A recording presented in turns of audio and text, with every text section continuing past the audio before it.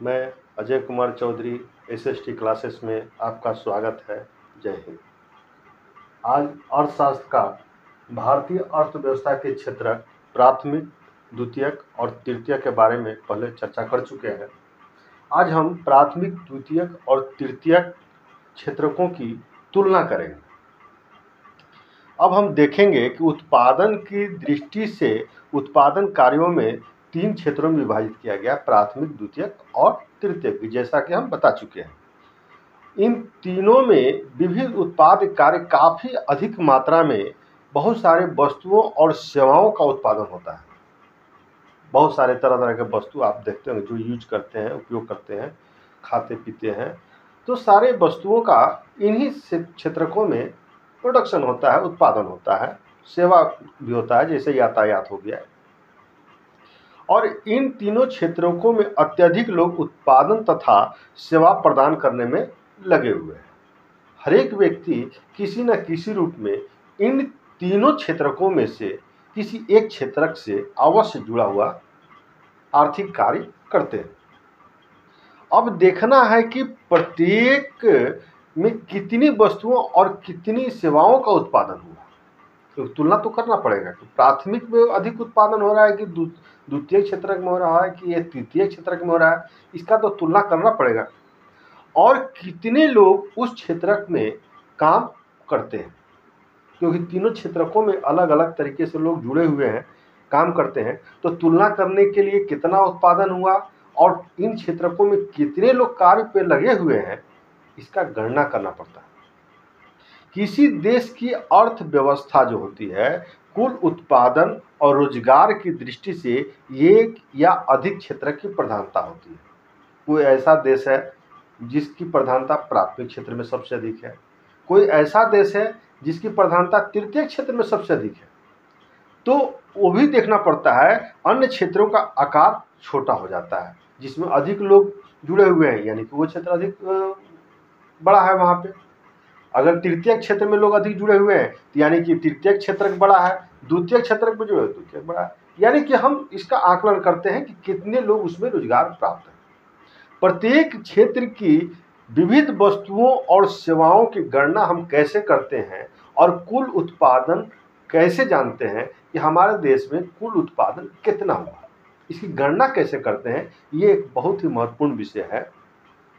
अब आप जानते होंगे कि इतनी सारी उत्पादन जो होती है, इसका गणना करना एक बहुत ही जटिल काम है। आप ये सोचते होंगे, आप देखिए जैसे कंप्यूटर हमारे देश में कितना उत्पादन किया गया, कांटी कील कितना बनाया गया, फर्नीचर कितना बनाया गया, इसकी संख्या क्या है। अब इसको कैसे काउंट किया जाएगा, इसको काउंट करना एक बहुत ही जटिल काम हो जाता है, और ये आप सोचने में मजबूर हो जाते हैं कि इतना जटिल काम कौन करेगा। लेकिन अर्थशास्त्रियों ने इसका भी एक रास्ता निकाला है। आप देखिए, वस्तु और सेवाओं का वास्तविक संख्या को जोड़ करने के स्थान पे उसको मूल्यों का उपयोग किया जाता है, उसको मूल्यों का आकलन किया जाता है। जैसे एग्जाम्पल देते हैं, मान लीजिए गेहूं 10,000 केजी 8 रुपया के हिसाब से, 8 रुपया केजी के हिसाब से 80,000 गेहूं उत्पादन होता है। मान लीजिए कि 10,000 किलोग्राम गेहूं का उत्पादन हुआ, तो 8 रुपया के भाव से कितना हो जाएगा, 80,000 रुपया हो जाएगा। नारियल मान लीजिए कि 5,000 पीस है और 10 रुपया पर पीस के हिसाब से 50,000। तो यानी कि इस तरह से हम वस्तुओं का मूल्य का गणना कर सकते हैं। इसी प्रकार तीनों क्षेत्रक में, प्राथमिक, द्वितीयक और तृतीय क्षेत्रक में, एक सेवा के मूल्य की गणना की जाती है और योगफल प्राप्त किया जाता है। प्राथमिक क्षेत्र में कितने लोग उत्पादन किए, उसका मूल्य क्या रहा, द्वितीय क्षेत्र में कितना काम हुआ, उसका मूल्य क्या रहा, तृतीय क्षेत्र में मूल्य क्या रहा। इस तरह से हम गणना करते हैं। केवल अंतिम वस्तुओं और सेवाओं की गणना करना ही उचित है। केवल हम अंतिम वस्तु की गणना करते हैं। जैसे प्रोडक्शन तो बहुत सारी चीज हो रहा है, लेकिन कोई भी जैसे अंतिम वस्तु क्या होता है, जैसे बिस्किट गेहूं से बनता है, उसमें बहुत सारे चीनी उनी मिला हुआ है, लेकिन बिस्किट जो है सबसे अंतिम वस्तु बना है। बिस्किट से और कुछ नहीं बन सकता है, उसको हम लोग सीधे उपभोग करते हैं, यूज करते हैं। अब हम इसका एग्जाम्पल देते हैं किस तरह से। मान लीजिए कि आटा 8 रुपया केजी, एक किसान क्या किया कि गेहूं को आटा के रूप में बनाने के लिए किसान एक आटा मिल में दे दिया, 8 रुपये किलो गेहूं दे दिया। अब पिसाई उस पर 2 रुपया लगता है, बात समझिए, उस पर पिसाई 2 रुपया लगा। और बिस्किट कंपनी क्या की कि उसको 10 रुपया के भाव से और उसमें अन्य सामान भी मिली, क्योंकि 8 रुपया गेहूं, 2 रुपया पिसाई, 10 रुपया के भाव से वो आटा ले लिया। अब देखिए इसमें चीनी भी मिलाई, तेल का भी उपयोग किया गया और इस तरह से वो 4 पैकेट का निर्माण करती है 1 किलो आटा से। और 4 पैकेट जो बनाती है, एक पैकेट की कीमत 15 रुपया रखती है। इस तरह से 4 पैकेट का सामान, जो 4 पैकेट जो बना उसका दाम 60 रुपया हो जाता है। यहाँ अब ध्यान देने योग्य बात है कि किसान ने 8 रुपया किलो गेहूं बेचा, तो चूंकि 8 रुपया में उसका भी अपना श्रम था, पिसाई जो लगा, पिसाई करने वाले का भी उसमें श्रम जुड़ा हुआ है, और बिस्किट कंपनी उसको 10 रुपया मूल्य चुकाने के बाद, अन्य वस्तु मिलाने के बाद उसका मूल्य तय करती है 15 रुपया और 60 रुपया वो किलो तय हो जाता है। इसमें आप देखिए सभी वस्तुओं का मूल्य जुड़ा हुआ, आटा का भी मूल्य जुड़ा हुआ है, इसमें पिसाई का भी मूल्य जुड़ा हुआ है, इसमें चीनी का भी मूल्य जुड़ा हुआ है, इसमें तेल का भी मूल्य जुड़ा हुआ है। तो इस तरह से बिस्किट जो हो गया अंतिम उत्पाद हो गया। केवल अंतिम वस्तुओं और सेवाओं की गणना क्यों की जाती है, इसके देखिएगा, गेहूं और आटा जैसी वस्तुएं मध्यवर्ती वस्तु कहलाती हैं। गेहूं और आटा मध्यवर्ती वस्तु कहलाती हैं और इस मध्यवर्ती वस्तुएं अंतिम वस्तुओं की और सेवाओं के निर्माण में इस्तेमाल की जाती है। इनका मूल्य पहले ही इसमें शामिल हो चुका है, जुड़ा हुआ है।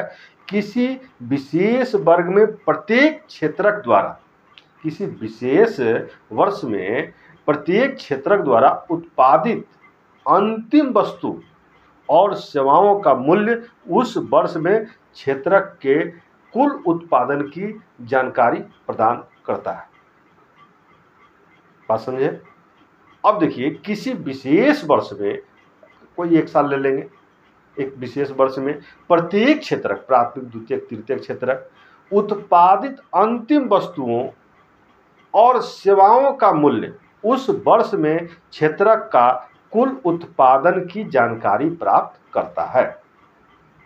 तीनों क्षेत्रकों के उत्पादकों के योगफल, तीनों प्राथमिक, द्वितीयक, तृतीयक, तीनों क्षेत्रकों में जो उत्पादन हुआ उसका मूल्य हम देख लिए, जोड़ लिए, प्राप्त कर लिए, और तीनों क्षेत्रकों का योगफल को देश का सकल घरेलू उत्पाद कहते हैं, जिसको जीडीपी कहते हैं।